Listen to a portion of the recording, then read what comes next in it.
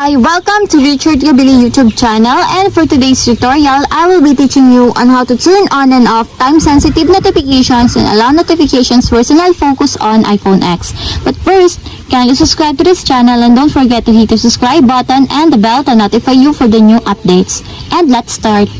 Using your iPhone X from your home screen, first go to Settings.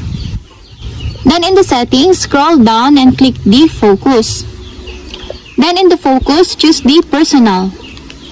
Then in the personal focus, click apps under the allow notifications. Then after that, find the time-sensitive notifications under the allow notifications prompt. And as you will see, there's a switch button on the right side of it, and all you have to do is just turn it on to enable or turn on.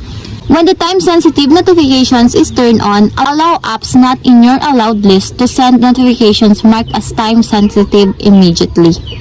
And if you want to turn off or disable, just press again the switch button. And that's it. We have successfully turned on and off time-sensitive notifications and allow notifications personal focus on iPhone X. If you have a question, kindly comment down below and don't forget to hit the subscribe button and the bell to notify you for the new updates. And thank you for watching!